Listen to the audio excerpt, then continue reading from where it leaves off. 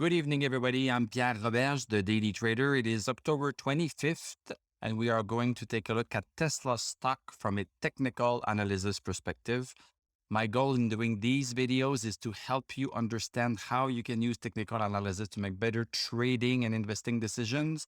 But I am not a financial advisor, so please do your own research and make your own decisions. I don't care if I am a financial advisor today. I especially don't care. Look at what Tesla did today. Up $115.18 per share. This is up 12.66%. What can I say? This is incredible. We closed at 1024.86, all even numbers. And post-market, we are even up again, $3.47. I was having a discussion last Friday with an investor who is looking at the fundamentals of the companies and who is looking at the PE ratio, the price to earnings ratio. And the price to earnings ratio of Tesla last week was, I think, 426, and it has been as high as 3,000. A lot of people are not investing in Tesla because they say the stock is way too high compared to what the company makes. They compare it to Amazon, which has a lower PE ratio. They compare Tesla to Apple, which has a much lower PE ratio. And because of that, they don't invest in Tesla. I don't care about the PE ratio. I don't care about the PE ratio. I don't care about people that are telling me, well, oh, the stock market is going to crash. There is always people that are going to say that. I just care about the facts. What are the facts? The facts are in the graphs. That's all. The facts are not in the news. Yes, news are facts. Tesla sold this much cars, blah, blah, blah. These are facts. But a fact is always interpreted within a context.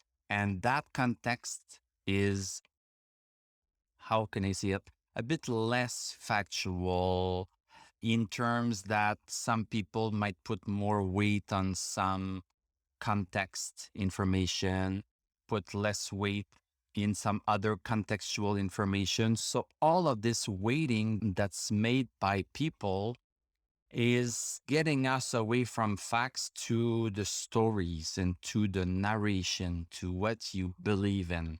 And we are getting away from facts. Anyway, so to me, facts is the price.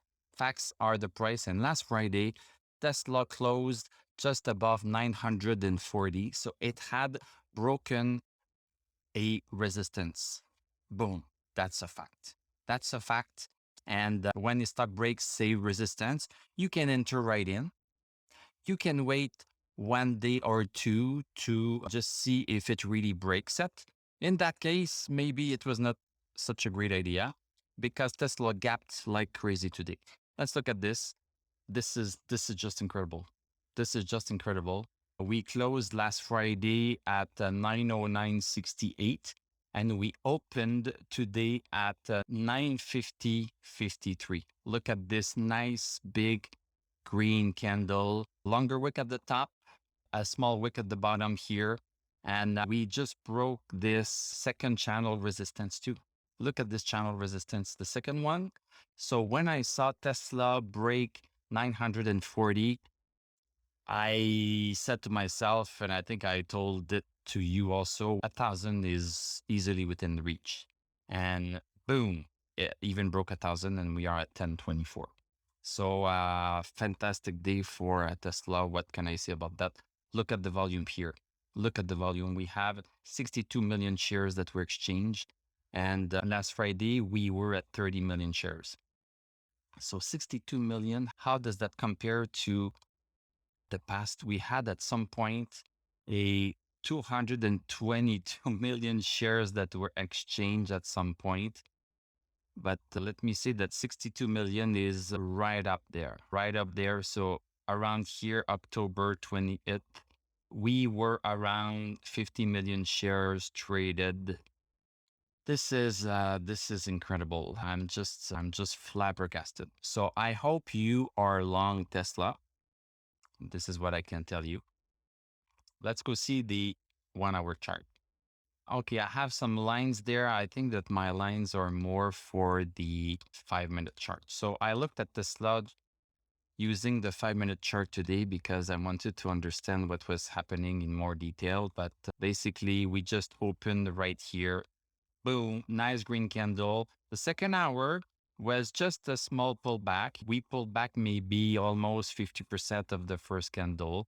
Then the third candle started at around 960, pushed up. So this is when we broke the resistance of the second channel. Then not even a pullback, but just a smaller green candle, but still inching up, catching our breath a little bit. Then another impressive candle. And now we have reached a point at around 1,025 where the stock does not know what it needs to do now because it has gone up so fast that we have some profit takers that are taking profit, and we have some buyers that want to get in and see this pause as maybe a way to get in. And now we have a small red candle for the last hour. And let me go to the 5-minute chart. As the stock was around 2:30 to 3 o'clock, I was looking at the chart and I looked at it on a 5-minute time frame. So basically, we have almost two slopes. They are pretty much the same, but this is a low, this is another low, this is a low, and this is another low here. So here I was checking Tesla here, and I saw this consolidation here, and I drew this support line. This should have been green, just to take a look at the stock, because when a stock jumps on support like this, but then goes further away from support, this is the distance between the support right here and the top here. When it goes too far and then comes down, it rarely continues. This is what I was looking at. The stock stabilized here at around 1,014 and then started climbing back up, then fell down a little bit. And then we had the little bit of a push down, but look at the volume here. The volume was increasing right here. We have a buyer's wick here. Buyers are pushing the stock up. But at the same time, we have stochastic that is dipping around 45. MACD broke over bearish, but this is just on the 5-minute chart. So I just wanted to get more precisions to see if I wanted to get out partially and take a little bit of profit and let the rest rip. Let's go back to the 1-hour chart. Let's look at the indicators here on the 1-hour chart. I think it's worth it. Stochastic at 89, RSI 86, 86 super high, RSI still overbought. Let me try to do this. We are in a divergence. The stock does not have more strength, yet Tesla is going higher here.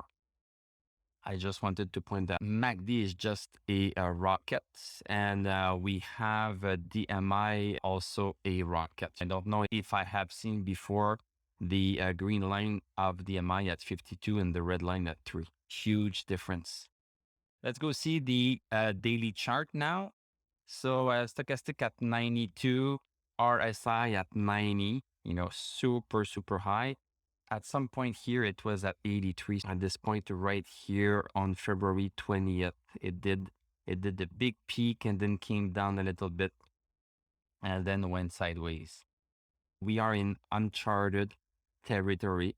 It's not impossible that Tesla does a little bit of a pullback at some points. So we have this resistance now as support.